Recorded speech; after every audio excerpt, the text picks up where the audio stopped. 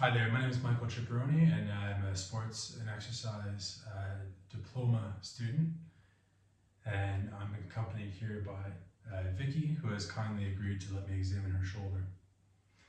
Vicky, before we begin anything, do I have your consent to perform this examination? Yes. That's great, thank you very much. So what we're going to do just to start with is just have a look at the shoulder. I'll be examining your left shoulder today, but sometimes I'll have to examine both. For the purpose of time, I'll just do the one.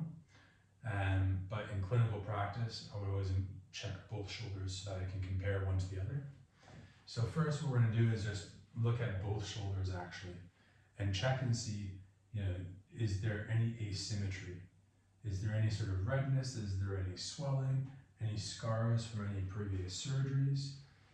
We're going to look at the front, and we're going to look from the side view as well. And then we're going to look at the back.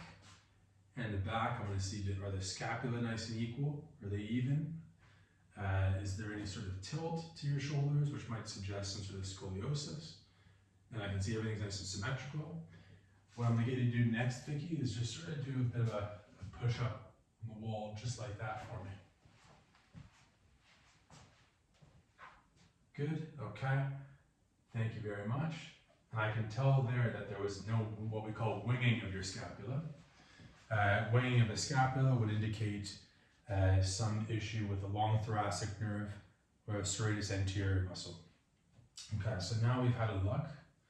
Next, what we're going to do is palpate, is feel. So I'm going to start medially, and I'm going to start at the sternoclavicular joint.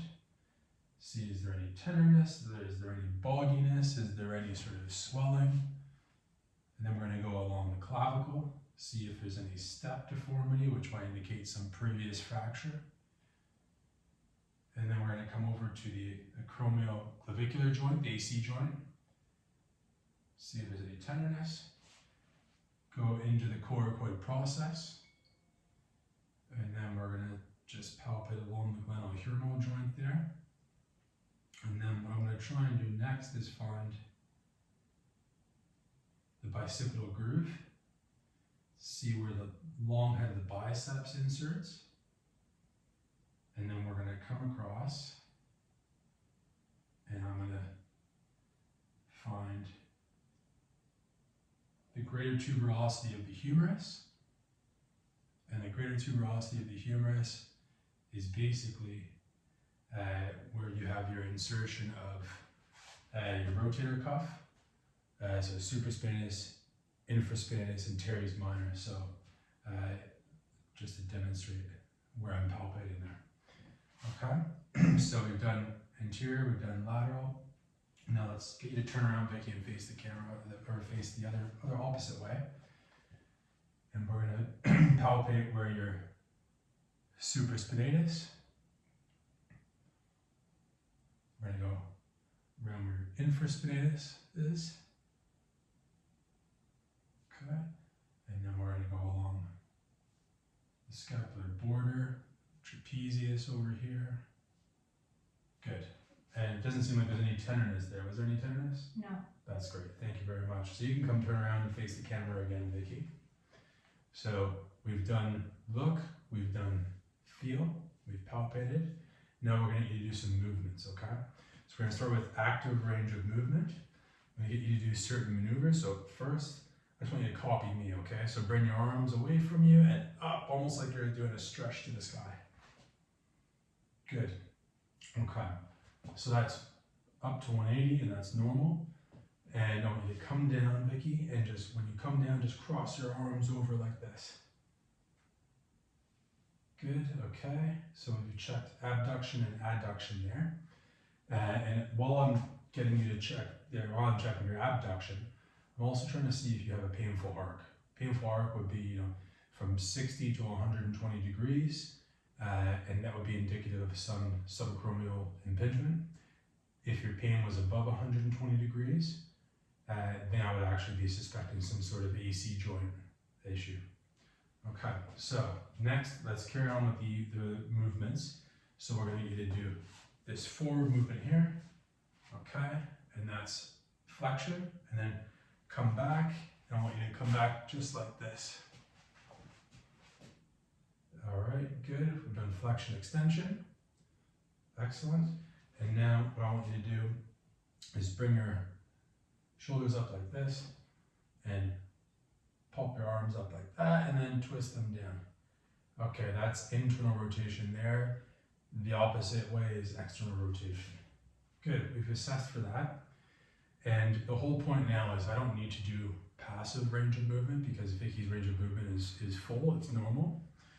If, for example, Vicky had some sort of a deficit in the range of movement, a reduction in the range of movement actively, what I would then do is examine and check for passive range of movement.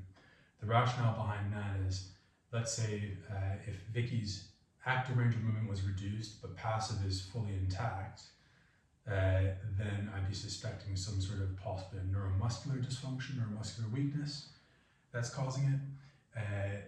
Whereas the opposite, let's say both active and passive range of movement are reduced, that you can find in something like bony pathology, like osteoarthritis, or some sort of capsulitis, like adhesive capsulitis, frozen shoulder. Okay, so we've done look, we've done feel, we've done move. One last thing I'm going to get you to do before we move on to special tests is I'm just going to move your arm just sort of passively, and I'm just checking for any crepitus. I can't feel any crepitus there, so that's good. Okay? Right, so now we're going to do some special tests. What we're going to do is something called Nearest test, and this checks for subacromial impingement. I'm going to internally rotate. I'm going to hold your shoulder over here, and Vicky, I'm just going to bring this arm up close to your ear. Is there any pain when I'm doing that? No. Because if there was pain in this sort of subacromial space, then I'd be suspecting some impingement. Okay? The other one we can do for a subacromial impingement is called the empty can test. This time I'll examine both shoulders, but just want you to pop your thumbs up like this. Yeah, that's perfect. And then I'm going to get you to empty the cans, turn the thumbs down, and I want you to push up against me. Good. Okay. And again, we're looking for pain in that same area. Then the next test we can do is what's called Speeds test. Checks for bicipital tendinopathy. So I'm going to get you, Vicky, just to fully what we call supinate. So palm up to the sky, yeah, make a fist, and bring your arm up just like that. And I want you to try and resist moving your arm down. I want you to push up against my palm. Excellent. Good. Okay. That was normal. Then what we do is scarf test. Scarf test checks for acromioclavicular joint issues.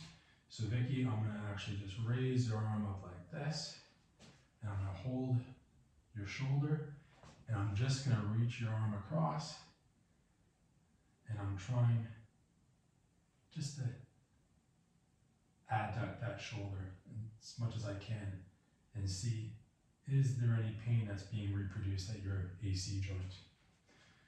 All right, then I'm going to get you to do one last test. I'm going to get you to turn around actually, and I'm going to get you just to reach back like we did last time when we were checking movement. Bring your palm up here towards in your back, yeah. Okay, and I want you basically just to try and push your hand into my hand. I want you to push, push, push, push. Good. And that you can turn around, Vicky. Thank you. And actually, we should do that on the opposite side because we're assessing this one. So hand back. Now I want you to push against me. Push your palm against me, nice and strong. Good. You can come turn around. Okay. And what that was checking for is your subscapularis, because we're checking internal rotation strength there. Okay, so that concludes my examination. Thank you very much.